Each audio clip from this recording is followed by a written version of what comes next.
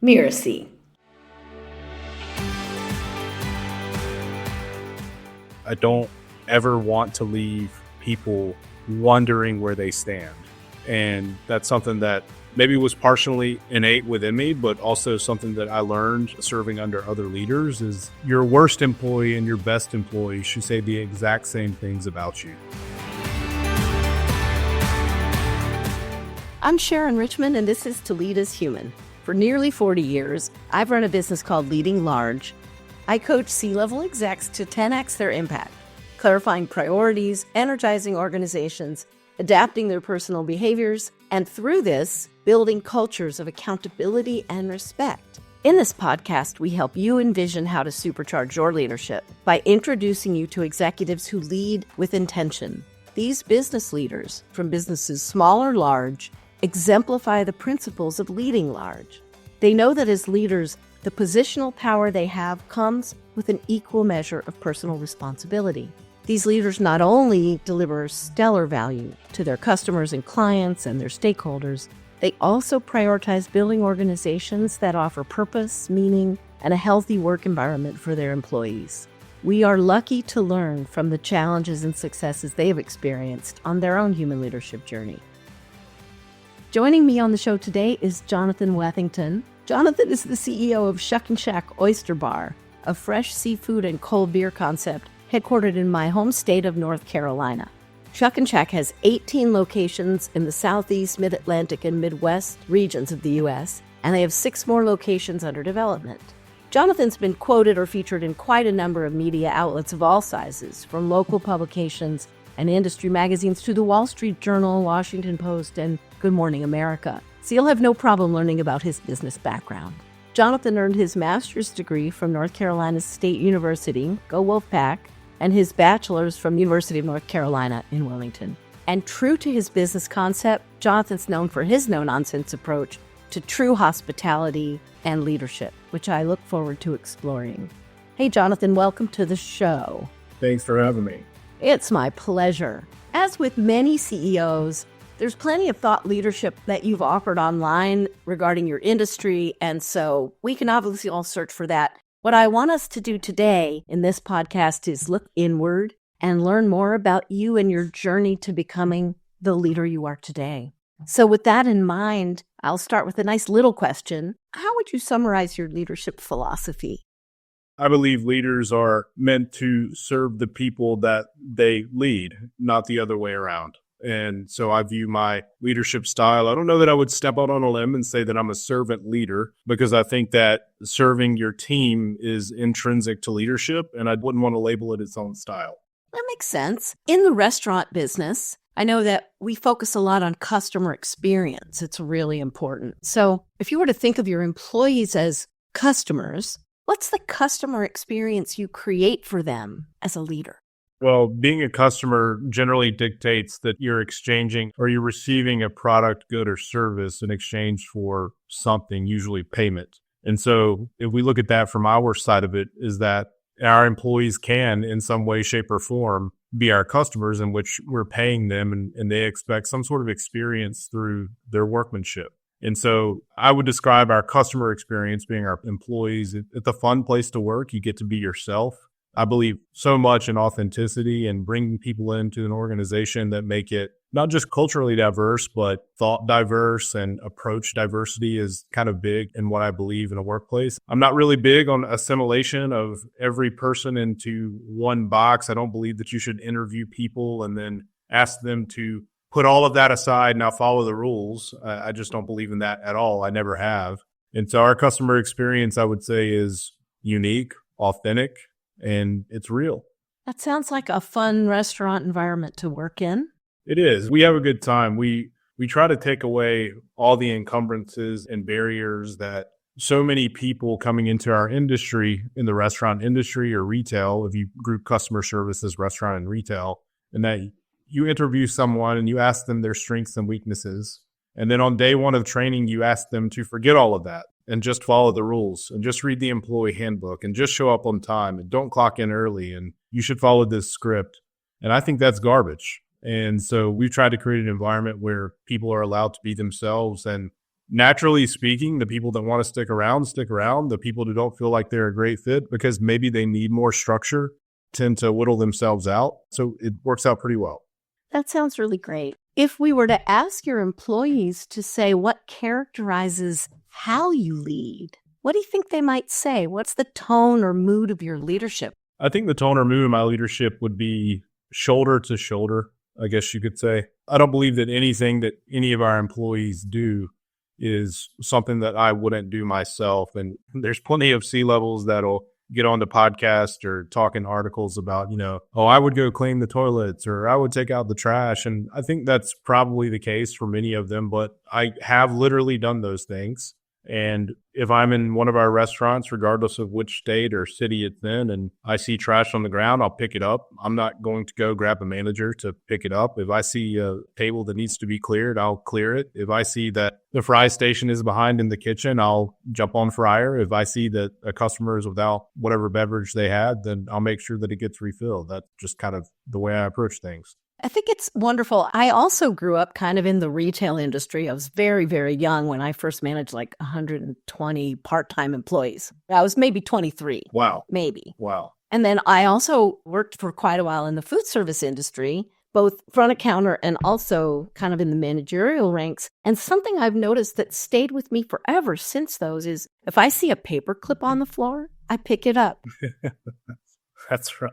Literally, if I'm in a shop and things are out of order in the sizes, I will refold it and move it. And then I catch myself and I'm like, girl, you don't work here, but it's just the way I was brought up, that if something's out of place, you just fix it. So I really do totally relate to what you're saying about cleaning a table, mopping the floor, emptying the trash, whatever. I started in retail and have worked in both big and small box retail and anywhere from electronics to clothing. And I'll still go into a clothing store to try something on, and I'll make sure that whenever it goes back on the hanger that I button every button, that it's hung correctly, that it's in the correct size. I'll recover a shelf if I see that it's a mess and I'm looking to find something. It's just in your blood. It is. And I think that's something, I don't know, for folks out there who have never worked in retail or food service, I would love to hear if you picked this up anywhere along the way too. So somebody shoot us a note and let us know. So back to you though. A couple of years ago, you were featured in a cover story in a magazine called FSR Magazine, which I think stands for Full Service Restaurant. Correct. And you were quoted there that at Shuck and Shack, I'm going to read the quote, personality and cultural fit are far more important than operational background. So it's a great thing to say. And what I wonder is, can you tell us how do you do it? How do you interview and how do you select for personality and culture? Sure. So I think whenever we're listing a job, and some of this has changed since COVID with the different employment rates and all of those things, and the more competitive market, especially on the restaurant side and even in the retail side, I've always considered when I'm looking to hire someone or listing a job, I'm taking into consideration the current pieces that we have in place because, you said you manage 120 different part-time employees at 23 years old. And that kind of gives me a little bit of nightmares. But that being said, I think that perhaps if you were listing a job at that time, you would think, who are my key holders in this building? Who really takes care? Who really runs the business? Not just from a managerial standpoint, but who's pulling the hours? Who's doing the actual work? Who has the great relationship with the customers?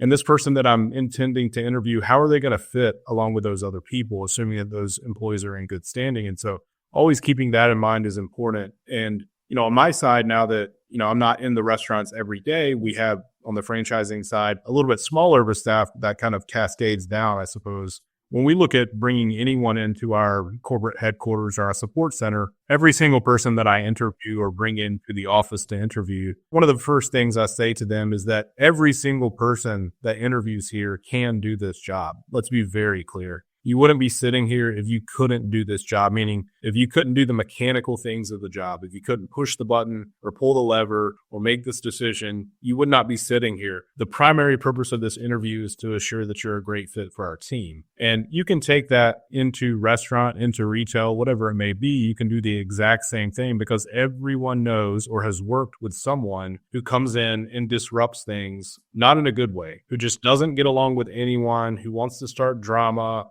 who has a problem with everything, who It could be something that's very simple, who is always 15 minutes late. And you're always waiting on them to get there because there are things to do in every restaurant on the planet almost all the time. And so that creates this kind of erosion of trust and erosion of culture within a restaurant whenever there's one person that's kind of disrupting everything. So when I say that culture and fit is the most important thing to all of our restaurants and to even my staff, it's the 100% truth. I would rather take someone that I can train to do the job, that I can talk about the mechanics of the position. This is what the schedule will look like. These are the things that you'll be responsible for. This is who you report to. I think those things are very binary for the most part. What's not binary is the cultural aspect and is the personality aspect. And so that's what we target. So what are some of the things you look for in the personality or culture? Like what characteristics are you screening for and how do you surface those? The characteristics that I primarily look for when I bring someone into my team, I want someone that's not afraid to say what they're thinking. That's extremely important. We don't know what we don't know. And generally speaking, at our stage, yes, certainly there have been times where we're replacing positions where people leave or they retire or they get terminated or whatever it may be. But we're definitely in growth phase, meaning, we may list a job that's never had anyone sitting in it before. And so when I'm bringing someone in, I want someone that is not afraid to speak their mind about the things that they believe in. I want them to bring their expertise, or honestly, I want them to bring whatever command of anything that they have into that position so that they can be a contributor from day one. That's what I'm looking for. And how do you retain those folks through that culture? I know in this industry, it's particularly difficult. Retention is always a key metric. So what are your tricks and, I guess, secrets of the trade, if you can share them? Sure. The restaurant industry, if we're talking specifically about the restaurants, it's particularly a brutal industry. We're open 363 days a year, over 12 hours a day. If you add prep time and cleanup time on either of those, we're open about 14 hours a day, 363 days a year. And you're dealing with the general public. And you're dealing with the whims, wants, desires, and shortcomings of the general public. And so when that happens, naturally, everyone has a burn rate. I think that's totally normal. That is totally normal. Some people are short-termers, meaning they do it during college or for extra money in high school, or maybe they pick up a second job during the summer or whatever it may be. And those people understand that there's a finite end to their employment. That's not what they want to do forever. And then you have the long-termers who say, I love this industry. I really love this industry. I want to stick around. I want to find a great fit. I like making people happy. I think the job is fun. Is it hard? Yes, it's hard, but I really enjoy making people happy. I enjoy the mechanics of the job. I enjoy the people that I work with. I like kind of having not a 9-to-5 job. So I think the retention method for both is very similar. It's almost identical, as a matter of fact, in that you have to talk to people. And I think that's the most important thing that you can do, especially when you're talking about restaurant and retail, is that everyone wants to get paid more. There's no question. Let's just take that out of the way right away. Let's not assume that every conversation has to end in a pay raise. Let's not assume that every review has to go there, because everyone wants to get paid for. Let's use that as the control group and operate into that understanding. I think the next thing is everyone has a life outside of what they're doing in that job. And I think it's important that we're speaking with our employees, and practically speaking, is that possible on an everyday basis to ask an employee how they're doing? Tell me about your life. Tell me what's going on. No. Practically speaking, that's not possible. However, we're also all humans. And I think that we also have this sense of understanding that not everyone's life goes the way they want it to go all the time. And so identifying those, I would say, disruption moments within a person's life and having that conversation with them, maybe they're not performing to the standard that they've set because you've seen them perform that way before. Maybe they're being more quiet than normal. Maybe they're just not getting along with everyone when they traditionally would. I believe it's your job as a leader and as a manager to approach that person, not in a vindictive or aggressive tone. You don't have to push them up against the wall and say, what the heck is wrong with you? You can say, hey, what's going on? Tell me what's going on. I'm going to let you talk. I'm going to listen. And so speaking with people and talking about their lives and understanding where they're coming from. Everybody has a different past and a different story that's going on at that one time. And I think that's really important.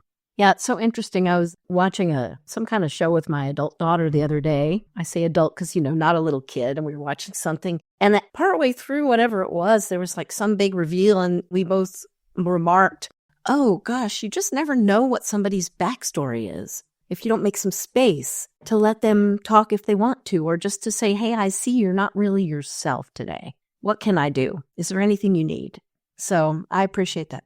That's right. That's all it takes. I mean, people internalize things, some people externalize things, and you just got to give them the space. And sometimes they don't want to say anything, and that's okay too. You just have to let them know that you're noticing what's going on, and that's totally fine as well. So our listeners always tell us that they really love hearing about those pivotal, difficult moments in a leader's growth where they realize, oh, what I thought I should be doing here was not the right thing to do. I need to do something different, and it brings a change of vulnerability in us. I'm wondering, what do you think is your current biggest learning challenge? I think the current biggest learning challenge is everyone speaks a different language, and sometimes deciphering those languages can be quite difficult in that, now we're looking at a workforce of, for the first time perhaps in history, of almost 5 generations, right? We're talking about a massive workforce and age range of folks well into their 80s all the way into teenagers. And so everyone kind of speaks their own language, and figuring out what people want and what people desire and the way in which they want to be approached and what's going to reach them the best is probably my biggest learning challenge, and has been for quite some time. My style of learning may not be yours, and it certainly is not someone that I'm bringing in fresh for their first job. And so differentiated messaging is incredibly critical to reaching your workforce, because they may be of all different ages, histories, race, creed, color, class, religion, and background. And so when you take all of that into account, you really have to differentiate your messaging, figure out what people want. And so for me, it's almost like several different languages that you have to learn to speak at different times to different people. Tell me a little bit about what those different languages seem like to you, and how did you develop that capacity? So I think for the most part, I would say that a lot of my generation, so I'm 40, I'm a millennial. I know we got knocked on, but it seems like that's just a pattern, that really now it's the Gen Z that gets knocked on, and then whatever the new generation is called. And my generation, we had an analog childhood, but a digital adulthood. So we remember things very vividly, what it was like before the internet. I remember it very vividly. So I still have very, very close friends who I met in childhood who we still maintain our friendship in adulthood, but we don't talk about playing video games together or chatting online or any of those things. We talk about riding our bikes to Burger King. We talk about going out all day long on a baseball field. We talk about these very, experiential things. And I think that my generation in particular, when we're talking about differentiating your message, we have developed this idea that there's a level of authenticity there. And I think that partially it's because we didn't have to deal with social media in high school, and that for the most part, we could pretty much be who we wanted to be. And it was important for us to be authentic for many people. And we value hard work because we saw our parents who worked very hard, and certainly our grandparents, the great generation that worked extremely hard. And so we have this high value of hard work, and perhaps we weren't raised with the most up-to-date parenting standards or the softest hands or anything like that. But I think that's okay. We have a shared experience. And then when you're talking about an older generation, I've managed people 30 or 40 years my senior, and that's an entirely different conversation. They value hard work. They want to know they're appreciated very much. And many of them are perhaps in the twilight of their career. And so the conversations are vastly different. They should be at the point in their career where they're potentially making the most money and putting it away, because they have to think about their life after work. And then the younger generation is about, at least what I've noticed, is about time. This is somewhere that I clock in. This is not my life. I do this so that I can afford to do other things. And so the younger generation, I think, and there's nothing wrong with that, by the way. It's just a generation of convenience. I work here because I want to save up enough money to go buy this thing or to go have that experience or whatever it may be. And so I can't have the same conversation with an 18-year-old that I would have with a 58-year-old. Those are entirely two different conversations. Yeah. Have you ever used any kind of personality profiling or anything like that in the way that you develop employees, work with them? We've used some disc profiling before, and then, of course, Myers-Briggs and several other things. We find it fairly valuable, I think. I view it as more value in the communication tool. And this is something that's really going to speak to this person if you approach this conversation this way. So I find it fairly valuable. I've worked with the Myers-Briggs type indicator just as an example, a bunch of other ones as well, but I have used that instrument a long time. And I love the way of thinking about differences between people, noticing that Some people have to, for example, think something through out loud to figure out what they think. And some people, they need you to leave them alone until they can think up what they want to say. And they're both fine and they're both normal. But as you say, really different needs. And recognizing that this one isn't just a live wire and this one isn't withdrawn, but recognizing these different, just as one very small example, I too have found that a really helpful lens through which to see people's differences in a very positive and non-judgmental way. That's right. And that's one of the toughest parts of leadership is that not everyone is going to be like you. And I think for me as a young leader, becoming a CEO fairly early on in life, that was one of the things that I struggled with at first is that generally speaking, I'm a very direct person. I tell you what I want. I tell you what my expectations are. If I don't like something, I tell you that. And it's never personal. I'll just say, Sharon, I didn't like the way you did that. And it doesn't mean I don't like you. It just means I didn't like the way you did that thing. And I've learned that not everyone can be spoken to that way. Everyone will receive it in a different manner. It's such a great example, Jonathan, because I would receive that as, oh, what did I do that you want me to do differently? And how should I do it next time? Whereas I know there are a lot of people who'd be like really hurt and feel embarrassed or feel ashamed. And I guess one thing I noticed in the organizations where I've been an executive, blame and shame just don't help. It accomplishes nothing. They just don't help. They kind of take you backwards, I think. It erodes trust, for sure. Yeah. That's right. Yeah. So you know that I think language is really important because we talked about that. And I named this podcast very carefully, To Lead is Human. I love to ask each guest, what does that mean to you? How do you hear that? I view it as kind of an axiomatic element or intrinsic element of everyone's lives. Everyone leads something as a part of what they're doing. And leadership also happens to me be my vocation. But I also lead other parts of my life. I make decisions every day, which I think is a core component of leadership. And so I think it's definitely in your DNA. It may be replicated more often in others than in some, but I just think it's probably pretty much a normal part of being a human being. It does seem like as human beings, we're just kind of wired to work in groups. And leadership does emerge, sometimes with intention and sometimes by accident. I think, well, at least in my experience, pretty much anybody can lead if they choose to. And that's what I love to remind people is it's a choice. You get to pick how you spend your time and what you do. So does that show up in the restaurant environment too? Absolutely. I can only speak about myself, but I knew very early on in life, maybe from the time I was 4 or 5, that I was supposed to lead. I've always known that. It has felt like an innate characteristic as a part of who I am. Not everyone has that. That doesn't preclude them from being a good leader. I think there are certain portions of leadership that can be innate and certain portions that are learned. And perhaps your leadership journey required more learning. And I was able to lean on some of my more innate characteristics and others. But I'm still constantly learning. I've seen people go from part-time servers to GMs of our restaurants in 4 or 5 years who had never stepped foot as an employee in a restaurant before. And if you had asked them on day one as a part-time server, in 4 years, you're going to be running this place, they would have thought you were crazy. They would have no desire to do it, just no understanding of holistically of what's happening within the restaurant on a day-to-day basis. But you look at them in year 8 or year 9 after running the restaurant for that long, and it was a learner's journey for them. Whereas other people that we hire, they're leaders in the restaurant from day one. Neither is more effective, by the way. I think they can both be equally effective. It's just a different journey for that person.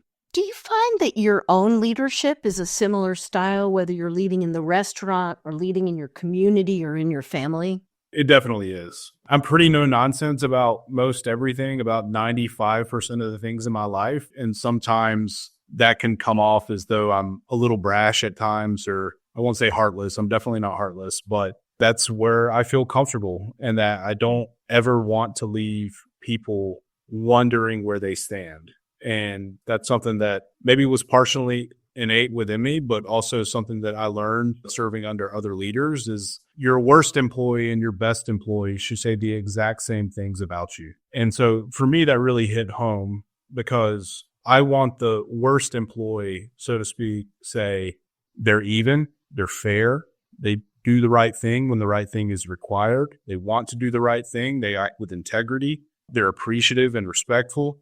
And I want my best employee to say the exact same thing. I was talking to someone not too long ago who said, the way you do one thing is the way you do everything. I think that's probably accurate for me for the most part. I think that one of the things that I really value in bringing people into our company and as a part of my leadership style is that I want people to make mistakes. And I know that may sound really foreign, but I want people to make mistakes. I think making mistakes is an important part of growing. It's an important part of learning. It's an important part of becoming a leader.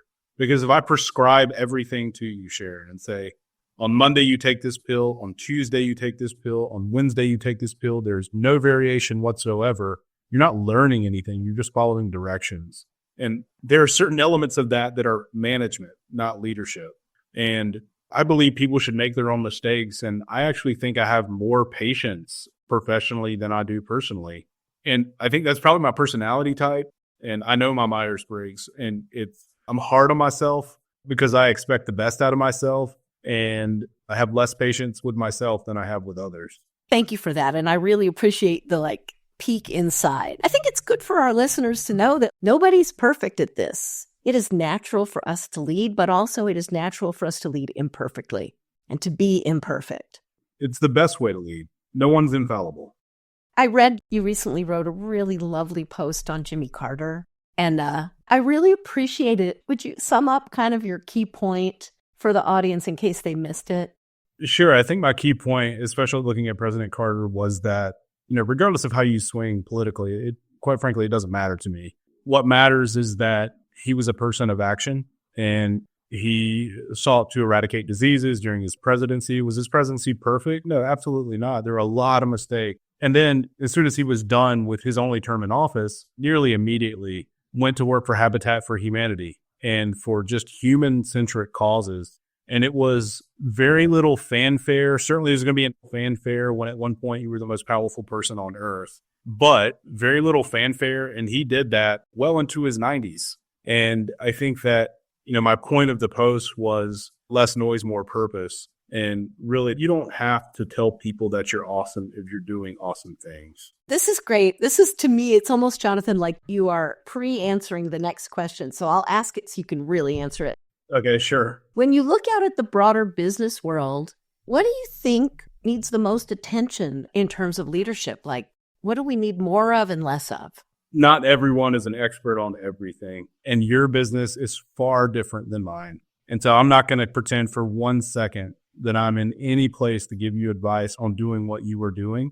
Sure, I may contribute if you ask me a question, but I think there is so much noise in the thought leadership landscape that it is bewildering. I mean, you could go scroll LinkedIn right now or go on YouTube and search leadership, and you're going to find person A telling you have to get up at 4 a.m. every morning and take an ice bath and go to the gym and then into the sauna and eat a balanced breakfast and be at the office by 7:30, be out by 8:30 at night because it's grind. And then you're going to have person B tell you the exact opposite. And so who do you listen to? Well, you listen to yourself.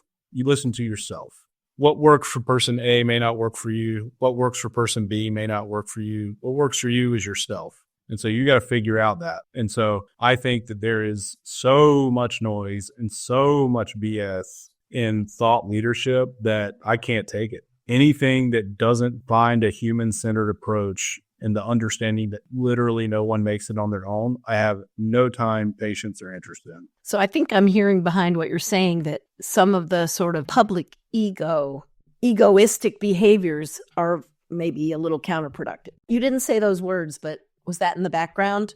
I won't even say counterproductive. I'll say comedic is the better scene. Comedic. I'll join you in a nice belly laugh about that. Well, as we wrap up today, Jonathan, we have a lot of entrepreneurial listeners, people that are trying to build businesses or build second, third, fourth businesses. What's a piece of experience you could share that you think might help them be more successful with that humanistic leadership? Sure. I think number one is that you should consistently be seeking to learn. And I think that's a really, really important part of leadership. I think it's a critical component of building a really good team in that you should be bringing people onto your team that complements the entire team, not that just fits well with you. I think that's really important. I would never hire someone like me. I want someone that's different than me. I want someone that challenges my thought process. I want someone that asks questions, that may call into question something I said or something I believe is a part of the business. And in that aspect, it's do only what only you can do. I think it's a really, really important thing. Are there a number of things that I could be doing? Sure. But where's my effort, time, energy most valuable? And I should do that thing. Oh, I really appreciate that. Thank you so much, Jonathan, for sharing your personal experiences and stories about the restaurant industry. And I really appreciate the perspectives that you've attained as you've grown. I'm going to guess people would want to know how to find out more about you, more about Shuck and Shack. If they're anywhere nearby, I bet they want to come by for a cold one. So how do people find you and keep up with your own perspective on leadership? You can find all about Shuck and Shack at theshuckandshack.com. And we're also active on LinkedIn and basically every social channel. We have a lot of fun on social media. Personally, I'm on LinkedIn. I respond to every message, even the salesy ones. So you can reach out there and we'll chat. That's lovely. Well, thanks, Jonathan. I'm so grateful for your time with me today, and I look forward to visiting Shuck and Shack myself next time I'm in North Carolina. Please do. Thanks for having me. Please stay with us for a moment, and I'll share some takeaways from my conversation with Jonathan and a few coaching tips to help you uplevel your own leadership starting today.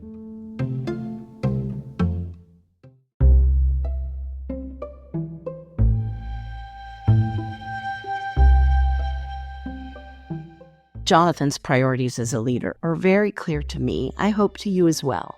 He talks about how important it is to him to be authentic, to be direct, and to stay humble.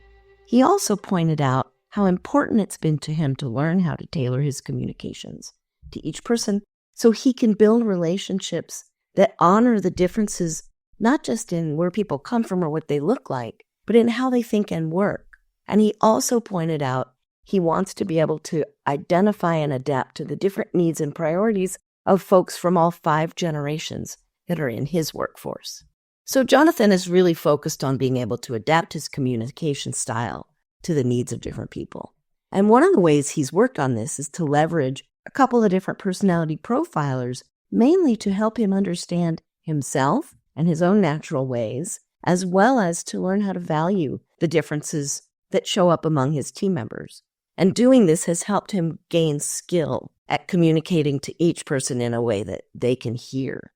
This was especially helpful to Jonathan when, as a young leader, he realized that it was just as important, maybe more important, how he communicated to people as what he was communicating to them. And Jonathan graciously identifies it as his ongoing growth edge and something that he works on all the time. So if this is something you've thought about, and you also are wanting to build trust and openness in your organization, here's a couple of tips that you can try.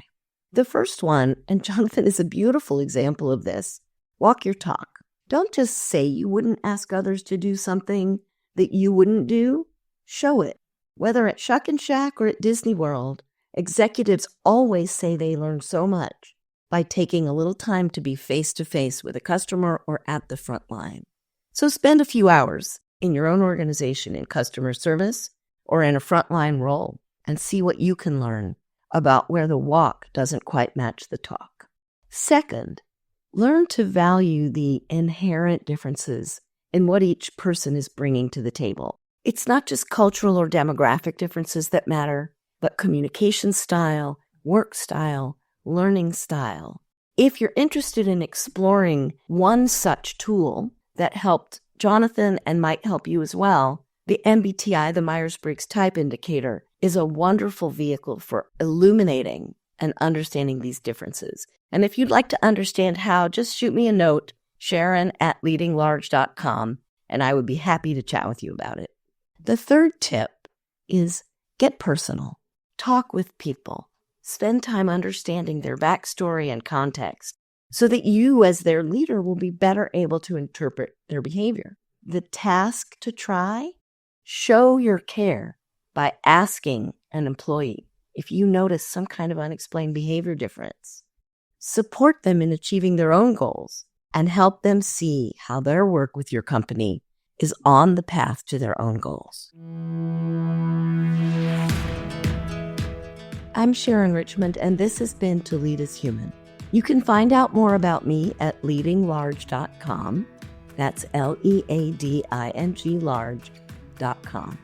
To Lead is Human is part of the Mirasee FM podcast network, which also features such shows as Once Upon a Business and Making It. This episode was produced by Andrew Chapman. Danny Eni is our executive producer, and Marvin Del Rosario is our audio editor.